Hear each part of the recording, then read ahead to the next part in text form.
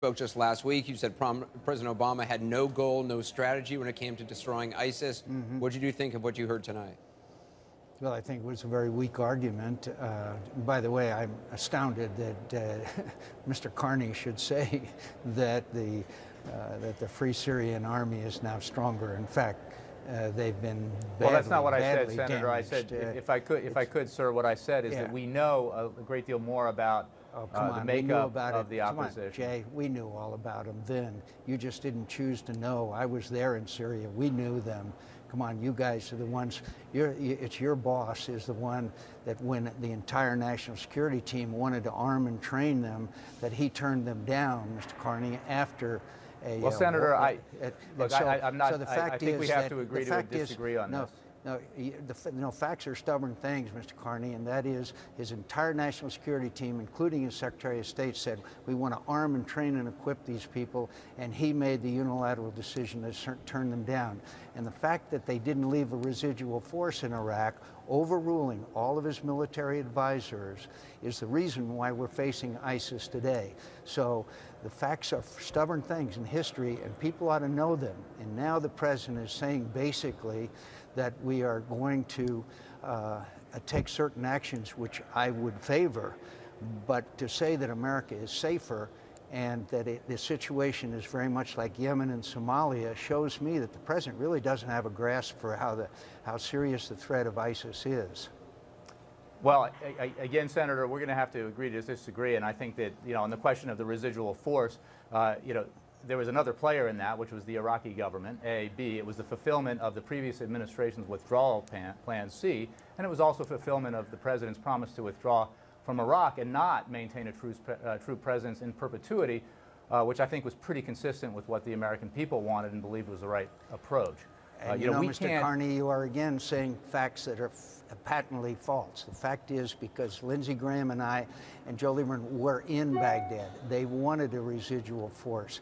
The president has never made a statement during that or after that he wanted a residual force left behind. The Iraqis were ready to go.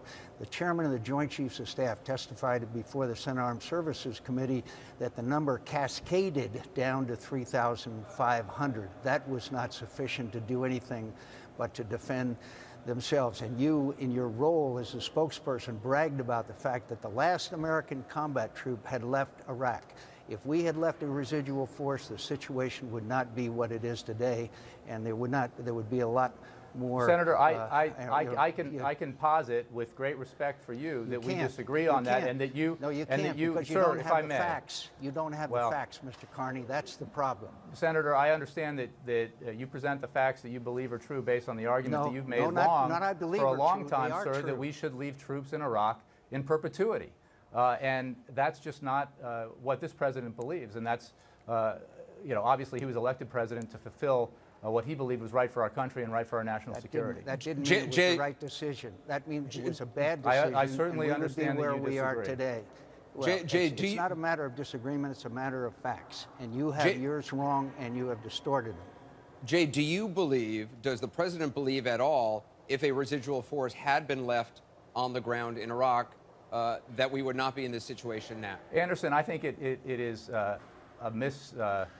basically a whitewash of history to suggest that there weren't periods of enormous chaos and fighting and bloodshed in Iraq when there were tens of thousands of American troops on the ground. That is a fact. And that was true in 2004, it was true in 2007. And it was true even when we had the highest number of U.S. troops on the ground. We cannot, the United States of America, ask our military to be a permanent occupying force in a country like Iraq. We have to get to a situation where we can help build up and assist an Iraqi security force, where we can put pressure on Iraqi political leaders to form an inclusive government, which they have taken steps to do, as was noted earlier, and then we can provide the kind of military support that we're providing and action that we're taking against a threat like ISIS as appropriate. But the alternative of leaving a permanent massive U.S. force on the ground in Iraq, not for 10 years, not for 20 years, but in perpetuity, is simply not sustainable financially, and it's not consistent with what the American people think we should do. Senator McCain. Again, Mr. Carney misstates the facts. We had it won thanks to the surge. It was won. The victory was there.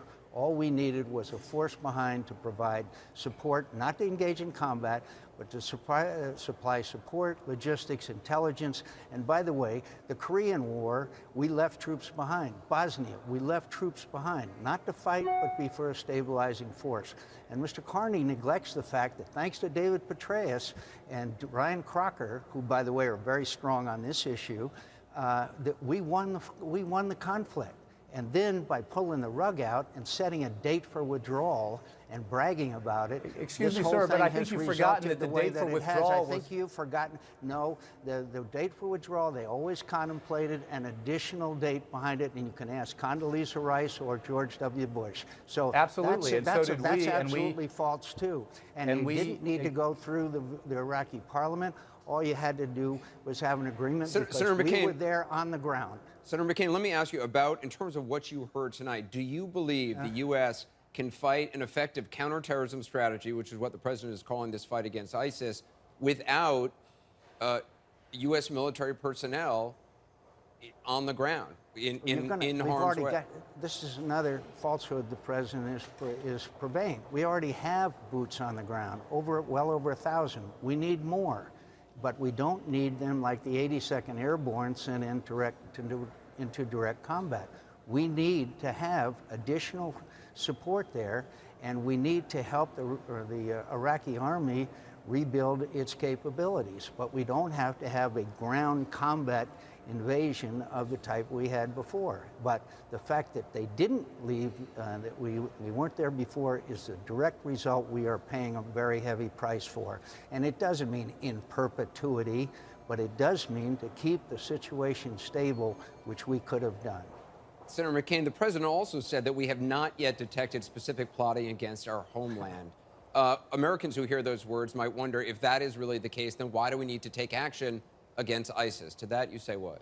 I say that today we had a hearing, and there was testimony from the counterterrorism people in the Department of Homeland Security. There is Twitter traffic right now and Facebook traffic where they are urging attacks on the United States of America. And there is a great concern that our southern border and our northern border is porous and that they will be coming across. So is there a specific direct threat? No. But is there any doubt as to what their goal is? Mr. Baghdadi, the day he left our prison in Iraq, Camp Bucca, said, "See you in New York." And in terms of, I mean, as you said, you have been in Syria. You met with Syrian moderate opposition a while back. Do you believe there are enough on the ground right now in Iraq who actually have military capabilities that can actually stand up and fight against ISIS, against the Assad regime? I do, but it's going to be very tough, and it's going to be a heck of a lot tougher, despite what Mr. Carney said, than it would have been 2 years ago when it was recommended by his entire national security team.